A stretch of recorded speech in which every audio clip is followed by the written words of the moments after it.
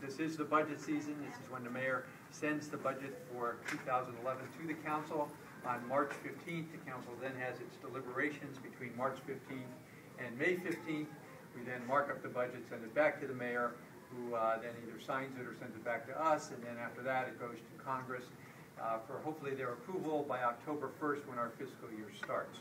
I am happy in one regard to say that unlike Maryland, Virginia, and most of the jurisdictions in America, the District of Columbia is really on a firm financial footing, and that is the best news given where we were 10 years ago and the progress that we have made since really the mid-1990s to where we are today.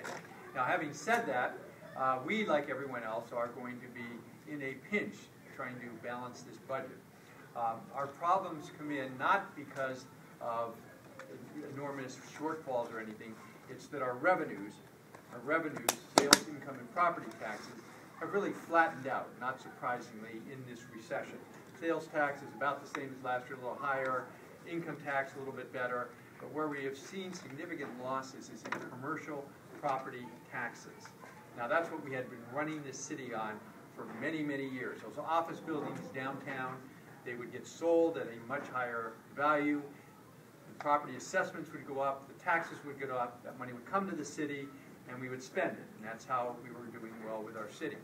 That has leveled off, as you've seen. Commercial property is not only not going up anymore, but it's actually coming down. The best example of that is a company that just moved to the city named CoStar from Maryland, which is always great to get a company from Maryland coming here. They purchased a building downtown, which is great, for $48 million that was assessed at $70 million. So it just shows you the values are coming down, which is not necessarily good for the city in our taxes. Why that is a problem is our city government, if we do nothing, no new programs, no new spending, no new anything, grows at a rate of $400 million a year. What is that? It's salary increases that have already been negotiated with the unions. It's rent increases on property that we have. It's utilities. It's just other fixed costs that are part of our government, pensions that grow that much a year. If your revenues are not increasing, then you have a $400 million problem. That's what we have, is a $400 million problem going into this fiscal year. And you solve it by one of two ways. You raise taxes to try and pay for it, or you cut spending in order to pay for it. There's no magic third way, although there was a magic third way the last 2 years. We had saved in our savings account, for lack of a better way of describing it, $1.4 billion. Congress mandated it, we saved it, put it aside. We spent $500 million from our savings account in the last 2 years, leaving us with $900 million, most of which we now cannot touch because of congressional rules that apply to it. So what we've tried to do is stave off cutting expenditures in order to hopefully outlast this recession.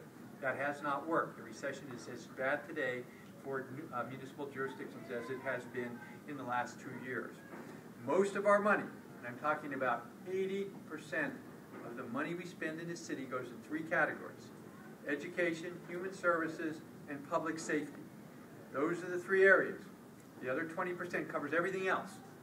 So if you're going to cut your expenditures, they're going to be in education, human services, and public safety.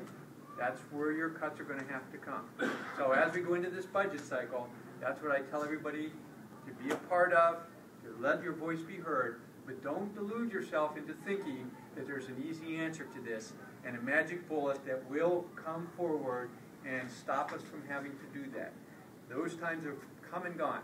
It's our responsibility to make sure that we fiscally run this city. We're not Maryland, who has a $2 billion shortfall and no hope. I don't know what they're going to do. Or Virginia, with a $4 billion shortfall, with a new governor coming in talking about cutting education 20%. So we're not in that extreme position. So that gives you kind of a sense of where we are in the city. I think a lot of our focus is going to be on that as we go forward. The Shaw community, again, we are also suffering from the recession in the extent of the projects that we have on board, ready to go, that have stalled. You can start all the way down at the old convention center site. Again, you have a great developer, but the financing is still not available, meaning you cannot go to a bank and borrow more than $10 million.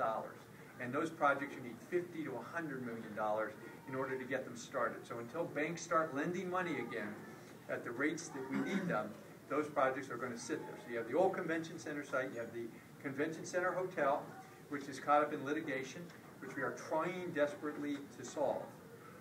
When that's solved, we'll be in the ground the next day.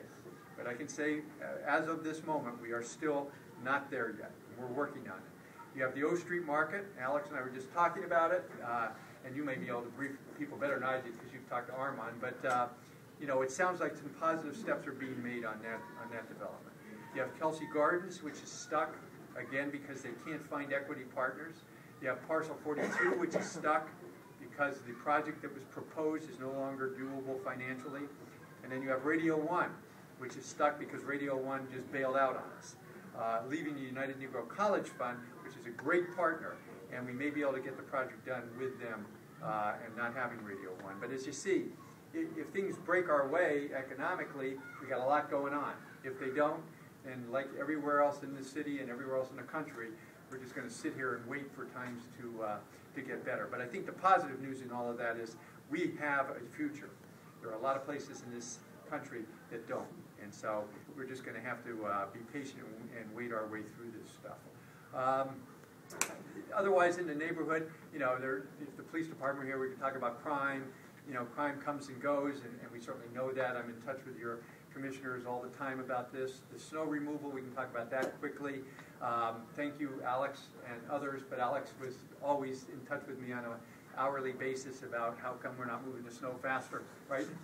And we were able to get some things done. The mayor and I spent a lot of time in the ward personally, driving around, getting out, walking around.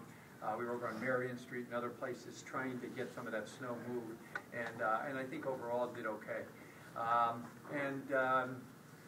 think those are really the big issues that we're facing as we go forward. So let me turn it back over to you, Madam Chair, and open up the floor to any questions that anybody might have from the commissioners or from